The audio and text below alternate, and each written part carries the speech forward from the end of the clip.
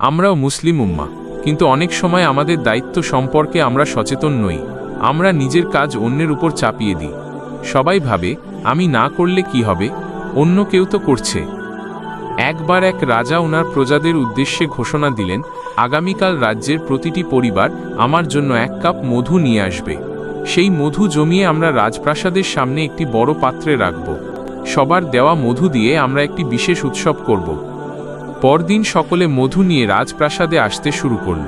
পাত্রটি আস্তে আস্তে পূর্ণ হয়ে গেল, কিন্তু এক চালাক ব্যক্তি ভাবল, সবাই তো মধু নিয়ে যাচ্ছে, আমি যদি 1 কাপ পানি দিই তাহলে কেউ বুঝতে পারবে না, এত মধুর মাঝে আমার দেওয়া পানিটা মিশে যাবে। সেই ব্যক্তি তার পরিকল্পনা মতো পাত্রে 1 কাপ পানি ঢেলে দিল। যখন পাত্র পুরোপুরি ভরে গেল, রাজা সেটি খুলে দেখতে এলেন, কিন্তু রাজা হতবাক হয়ে দেখলেন পাত্রটি শুধু পানি দিয়ে ভরা, 1 ফোঁটাও মধু নেই। প্রত্যেকেই সেই চালাক ব্যক্তির মতো ভেবেছিল, আমার 1 কাপ পানি দিলে কিছু হবে না, সবাই মধু দিচ্ছে, তাই আমার দায়িত্ব পালন না করলেও চলবে। রাজা দুঃখিত হয়ে বললেন, আমার রাজ্যের মানুষ যদি নিজেদের দায়িত্ব বুঝত, তবে আজকের পাত্রটি মধুতে পূর্ণ থাকত, কিন্তু সবার স্বার্থপরতার জন্য এটি শুধু পানিতে ভরা।